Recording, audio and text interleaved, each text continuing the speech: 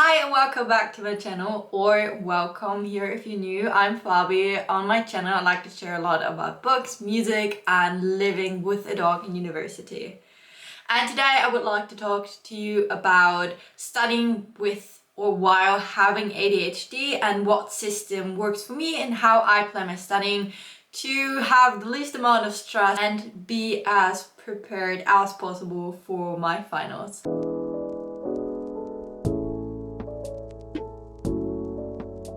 So some tips that I'm going to share today I discovered by accident in high school without even knowing that I had ADHD, and some of them I discovered on channels of other people that presented some tips to study with ADHD. So let's get started. So the first thing, before you even start to study, I'm sorry we have to start there, because a great foundation leads or is more likely to also lead to a great output. So the first thing you have to have, or at least what worked for me, is having good organization system of your notes and actually reading the text you were assigned and taking notes on them. So this does not mean that you actually have to take notes if it's really not possible for you to concentrate on one text. I usually search up a summary of the text, or if you know someone that has always great notes and is able to share them with you and wants to share them with you, then you could also use that, but make sure that you really have notes of every lecture that you took on everything that will be covered in the exam. Because if you do not have that and then you start to organize how to study and then you have to go back and search for notes because you are missing a lot of them, this is only going to make you feel overwhelmed and it's going to make it way more difficult than it has to be. So I organize all of my notes on a USB stick, which I take with me everywhere because I do not have that much space on my laptop left. And on the USB stick I have a designated folder for everything that's university related, and then I also have like an undercategory of the semester that I'm taking, then of the courses that I have. And in the courses also, essentially because I get quite overwhelmed if I see all the different files, I also have a designated folder for notes on lectures. And there then I have Word documents because I like to write with Word because Grammarly works with that, and I tend to make a lot of mistakes if the lecture is like really fast and it's hard to follow. So it's quite nice that it already corrects it. I know that a lot of students also tend to use Notion, but because in Notion there is like no automatic correction of my faulty spelling, I like to use Word for that. So I named each document kinda the same, because if I have a document and I accidentally saved it in the wrong spot, then I already know where it belongs just by the name of it. For example, I have a course that's named Political Philosophy, and there we obviously cover different readings, we cover different philosophers. So I usually name the document Political Philosophy, so the course name, and then I write, for example, Plato and Aristotle, because that is the thing that we covered in that lecture. Sometimes if they, like for example, this course also hands out some handouts and the lectures are numbered, I also tend to write the number in front of it. So first Political Philosophy and then Aristotle and Plato, because it was the first lecture in political philosophy and it covered those two philosophers. That makes it really easy to not have to open it and then skim through it to get like a grasp on what it is about and which lecture it was. Also makes it way easier to then connect it, for example, to the PowerPoint slides that we also get, because they are usually just named first political philosophy lecture, and yeah, then you do not have to search and look up in the syllabus again, okay, which number was that? Was it the second lecture or the third lecture? So yeah, I like to be quite organized to then minimize the effect it could have on me and being overwhelmed with all the workload and all the information that I have to obtain for the exam. So again, something before you even start studying or even plan your study, I want to talk about how to best prepare or take notes. Because for me, a huge time saver when then studying and planning my study was obviously to take notes and to read the assigned readings. I then went to the lecture, I filled in all the gaps that I had, and because one of my lecturers provided us with types of study questions that we had to answer with the help of the text and then discussed in class, it actually brought me onto like the idea of not phrasing things or the different topics and parts of the topics with just like a statement or just a title, but actually phrasing these things as questions that I then answered in bullet points under it and put all the information I usually would put under just like the title of the part of a topic. And this actually helped me because I like to use flashcards and I like to use online flashcards, and therefore I could just copy and paste those into the online program. And I personally like to use Quizlet for that because I find it works the easiest for me. Maybe you have some other recommendations that you find better than Quizlet, so you could leave them in the comments, please.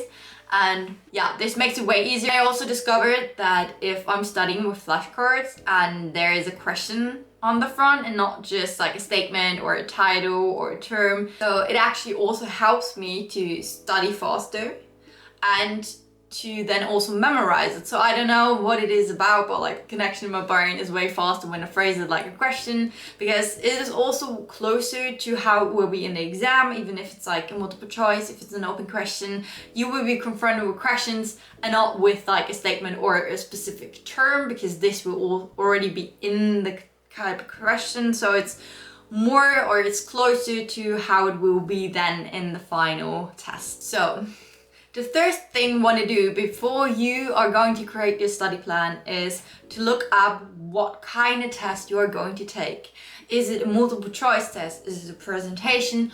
Or is it an open question based one? Because then you can also, if you then skim through the topics that you have, you can evaluate based on your confidence that you have in the different topics, based on the amount of things you have to learn for this specific exam, and the type of test you're going to take, because a multiple choice exam will probably be easier than an open question exam. You can already evaluate what kind of time you have to spend on these topics. Not necessarily like I have to study for it like exactly 3 weeks and I have to study for it like 1 hour a day for 3 weeks, but more like I know that this course takes more time to get all the information in my head and to have this type of quality that I need for the open question exam, and the other one does not take that much time. So you already know what time you have to have and designate to study for each course, so that you do not study like too much for one course or overstudy more than you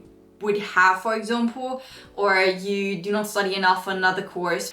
You did not realize there was an open question based exam with not that much questions, so you have to have really a good quality of all the information, and not the quantity is the thing that is most important. So now for the planning, you might also, when you skim through your notes, make flashcards simultaneously. I, as I already explained, like to do that right after I get home from the lecture, because I edit all the missing information and then I can make flashcards, and then I already have that and can dive into the planning and into putting all the dates in my calendar. But you might do that now, and I personally like to do that online. I used to do that on just like paper cards, but the problem then probably is that even if you want to take your paper ones with you, you might forget to take your paper ones with you, which is a wonderful perk of having ADHD, being so forgetful. And if you have them online, and even Quizlet, it offers like a free app that you have, so you can take your flashcards everywhere you go and you have them with you, so you also have no excuse to not study if you have some free time. So now I'm going to show you my calendar, and I kind of try to explain how I set it up. If you want to have like a more detailed description of this, and if you want to have an example on how to build it, then please leave a like and maybe also follow me, and I will do a separate video for that, because I think this is like too much information to put in one video, because I want to keep it as short as possible and as precise as possible on how to study best. Okay, now I'm gonna show you around. So I have my uni hub here, and there is a calendar view there, and we're gonna scroll down. Today is the 15th actually. I've done that, so we can just click on it. So what I did essentially is that I put like the study thing in there, like I have to study this, the third lecture, the second lecture, and I named it the same, that I named the flashcards after it. And as you can see, I have to study that, and then in the next day I also include the revision, because if I would not include the revision, then there would be no revision and I would have essentially learned it for nothing, because I would forget the topic again. So this is also really important, I think, especially for people with ADHD, to also put in that they are going to revise it and when they are going to revise it. So as you can see, I have empirical research methods, history of contemporary philosophy is essentially the name. I then have also a revision there, because I've done the revision yesterday and it was not as good as I hoped for, and I flagged some of the flashcards, which you can do with Quizlet. So you can just put a star, they're called like starred flashcards, or you can actually also have a mode in which you can then say, well, I know it, or I either do not know it, and I can also just revise all the flashcards where you clicked I do not know it. And yeah, I did that essentially with the one philosopher, and therefore I'm going to do that after I recorded this video, because I'm actually procrastinating right now in studying, but that's okay because I'm gonna end up doing it, because I honestly do not function without a calendar, and it kind of pushes me into doing it because it's on there, and this is kind of like the date that I have to have it done by. So this is also a great way because this helps me to function to do it. And yeah, as you can see, this goes on and on and on. And on the days where, for example, like a Sunday, I can do more. And I also, it looks like a lot, but it's essentially just look over one essay again, then another essay that I have, and basically just run through my presentation that I've already written out, because I'm going to revise it the day before. And this takes me about like 10-15 minutes of speaking time. And then it's not that much because I only have to study one thing for political philosophy, which I forgot to tell you about the title, but anyway, I'm gonna do that later. So this is what it looks like. We can actually go 1 month further, because that is where I have my written exams, right? And you can see I'm going to revise everything. Final revision, I cut it in half because it's quite a lot, and then I have the written exam. So for the other things, I also try not to do much on the days that I write the exam, because I know that my concentration will probably be non-existent anymore, because I know that some of my neurotypical like classmates, they are able to then also fully revise everything after they just taken an exam, and that's just not me. So you also have to set not too high expectations. You have to know yourself, and it is okay if you cannot perform the way neurotypical people can. It is totally okay, and I also have to get used to that.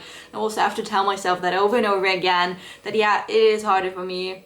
It's the way it is. It's not because I'm dumb, I'm stupid. No, I'm intelligent, and you have to tell yourself that. So yeah, this is essentially my plan, and now we're gonna move on to more tips around studying and the day of the exam.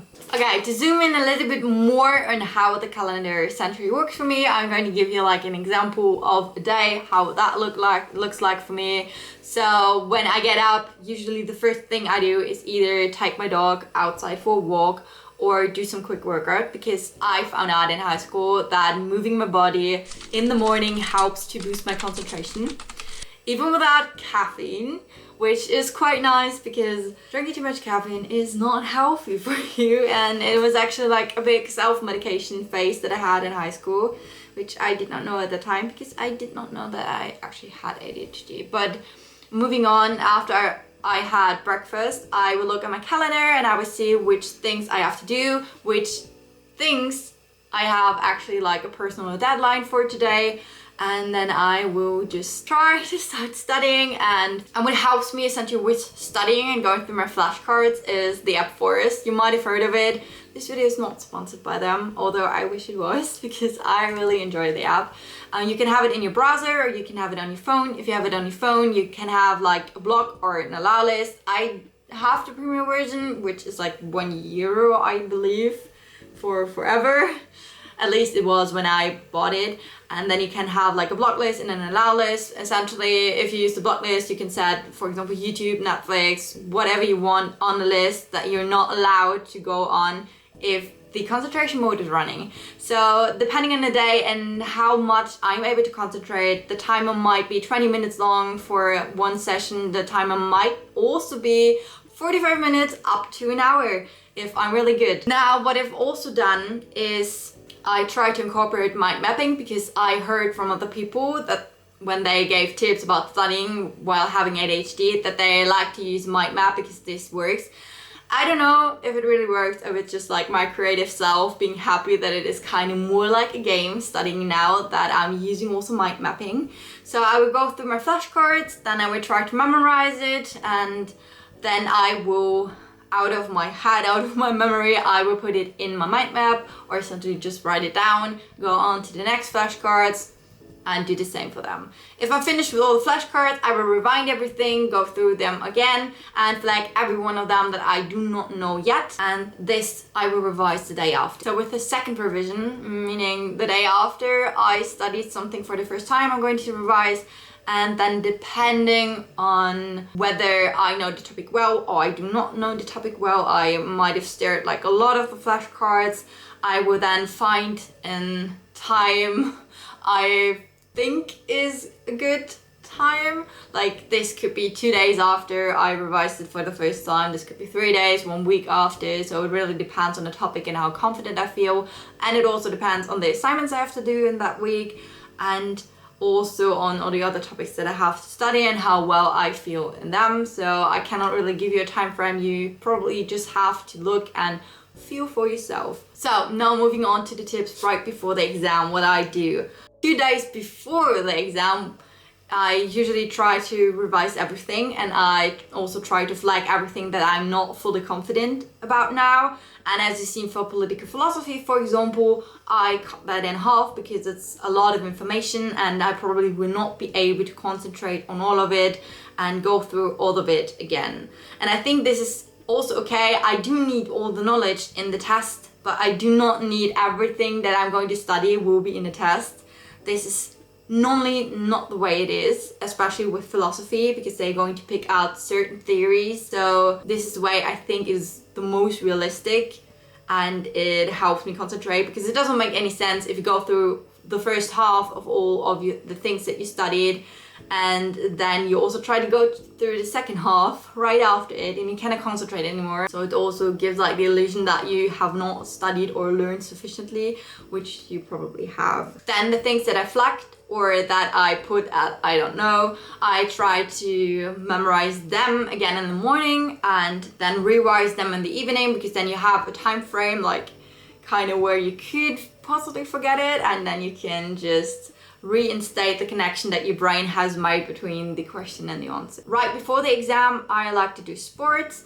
Probably like hit something that is a lot of input, not only like going outside with my dog, because this will not help me. I really need something where I can let out all the energy that I have because of the stress, to then be able to sit there quietly and concentrate as much as possible. I also try to drink some caffeine before it so that I can really concentrate. Then you have to be like cautious that you might have to go to the toilet once more. And I don't know how it is with you, but we are not allowed to go to the toilet when the first person finished the exam, and we have some people that finish the exam in like 20 minutes. So I don't know, maybe they do not want to pass, maybe they're just like way too intelligent for the whole course.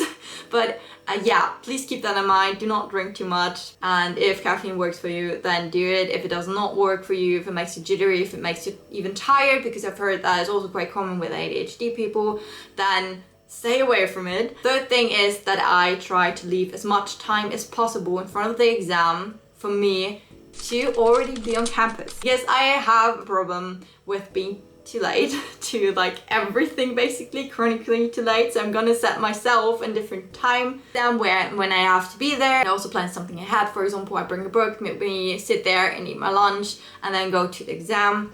or I even go to the gym, which is right on campus, and then go to the examination room. The fourth thing is I also like to bring some earplugs because I think, or personally for me, it's too loud when all the people are chatting in front of the lecture room, in front of the exam room, and even in the exam room if they are writing down, I hear all the pencils, all of them like clicking and scratching, or if it's like a digital exam, I hear all the typing and it makes me nervous.